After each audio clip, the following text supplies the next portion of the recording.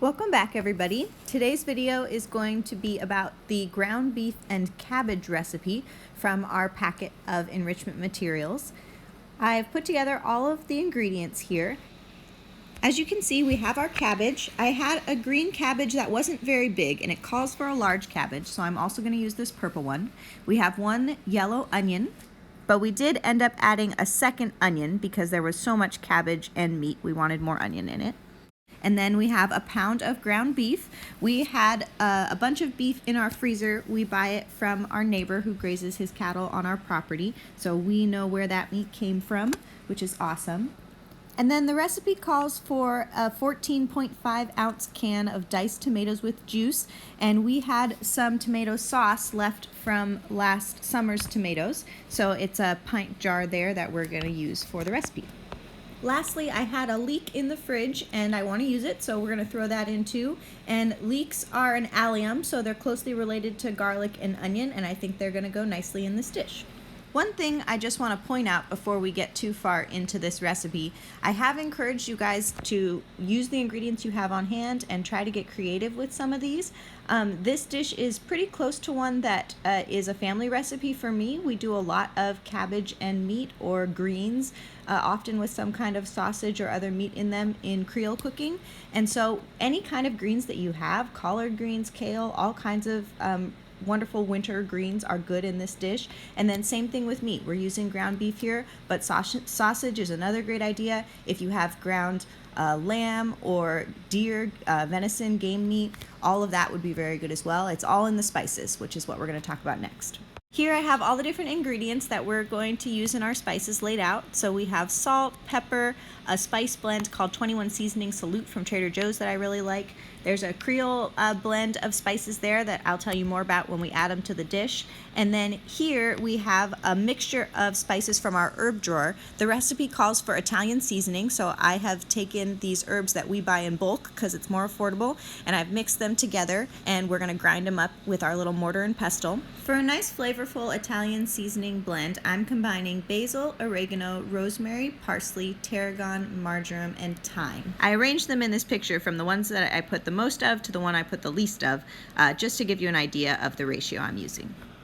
Now the last few things that you see in the picture here include the olive oil that we are going to saute the onions in, and the garlic, which I'm going to add. I add onions and garlic to almost everything. I love alliums and they're very good for you.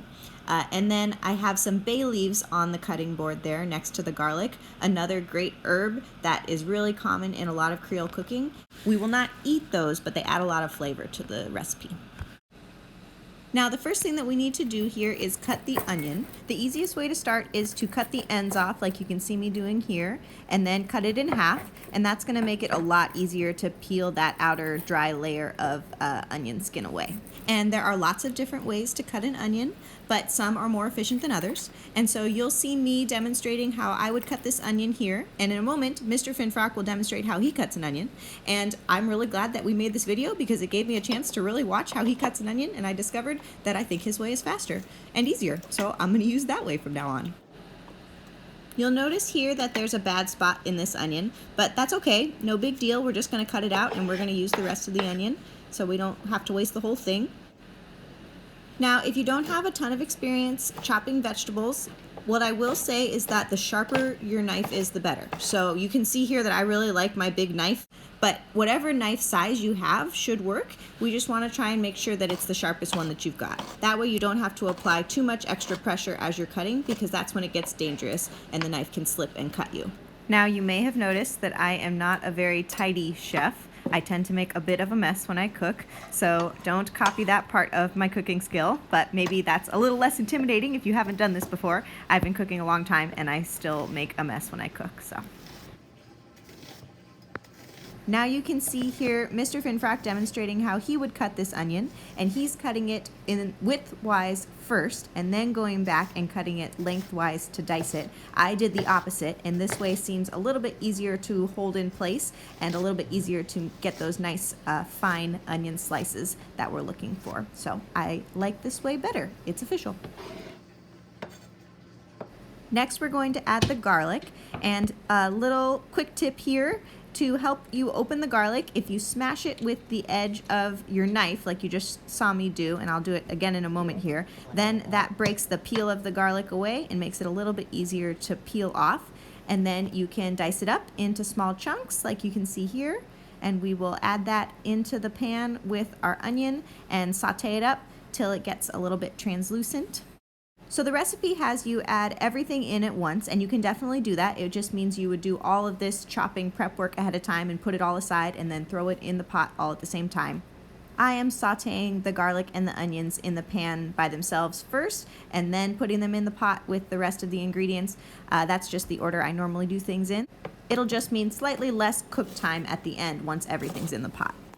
So as you saw with the purple cabbage, the way that you want to cut a cabbage is to take your knife and cut it in half first. Again, just use whichever knife you have that is sharpest. Even a small one will do a great job with cabbage as long as it's sharp. And then you are going to cut it similar to the way we cut the onion. Cut it one way and then cut it the other way so that you get some cabbage squares that are going to cook down really nicely in the pot. Once you have all of your cabbage chopped, we are ready to add our ingredients to the pot. So we'll start with the tomato sauce here, and then we will add in the onions and garlic that we were sauteing on that pan. And lastly, we will take all of our cabbage and scoop that into the pot there and mix it all together. And then we are ready to add some spices and then add our meat. So the first spices that I'm going to be adding are the Italian seasonings. So I'm grinding them up here with the mortar and pestle, and then I'm going to sprinkle those into the pot. Next, we're going to add the bay leaves. So you see me adding those there, and we'll cook those with everything. They add great flavor, but we don't actually eat those. And then there is the black pepper getting ground in. Next will come our salt. I have the fancy pink Himalayan sea salt here because it's pretty, but doesn't matter. I do recommend sea salt over table salt though, if you have the option. And after the salt, we will add my family's Creole seasoning recipe. And I don't know everything that's in this off the top of my head, but I know there's some cayenne pepper, some paprika, some salt, garlic powder, celery powder, probably some white pepper. So a lot of good strong spices. And then we will mix this all together. You can see Brian in the background there doing his job, cleanup crew, reporting for duty. I did also add that 21 Seasoning Salute spice blend from Trader Joe's that I like. I feel more spices the better. They have lots of great minerals and vitamins for you, and they just add tons of flavor. Really, that's what makes food taste gourmet to me, is when it has lots of different flavors in it. Now we're going to add the meat, and Mr. Finfrock is going to demonstrate how you would crumble it, like the recipe says. You can see he's just peeling off chunks of it a little bit at a time so that it can cook all the way through in the pot.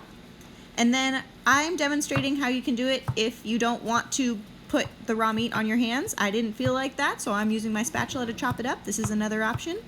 And Brian is wishing that some would fall on the floor. You can see him in the bottom left there. And then I'll just scoop that into the pot. And now it's time to stir it all together, mix it real well, and then we will put the lid on it and let it cook. The recipe says it cooks for 45 minutes. Now that's if you did all of the chopping and then put it all in the pot at once. Ours did not take quite that long because the cabbage and the onions were already cooking. I like my cabbage to still have a little bit of firmness to it. I don't want it completely soft, so I'm pulling it a little bit early. We got about 20 minutes into it, and we're stirring periodically. And then the really important part is that you make sure that the ground beef is cooked all the way through. So that's what we're doing here, just taking out a little bit of that ground beef to check the center of it. What we want is that we can see that it's all brown. None of it is pink any longer, because that is when it would be raw in the middle. So once the meat is brown all the way through, then you're ready to eat. You can see that I've dished it up here, and I am really happy with how the purple cabbage turned out in there. It makes it very colorful and attractive to look at. And you can see I've served it with the everyday salad that I made. I encourage you to take a look at that video too and have a salad with your meal. I hope you enjoyed the video. Thanks for watching.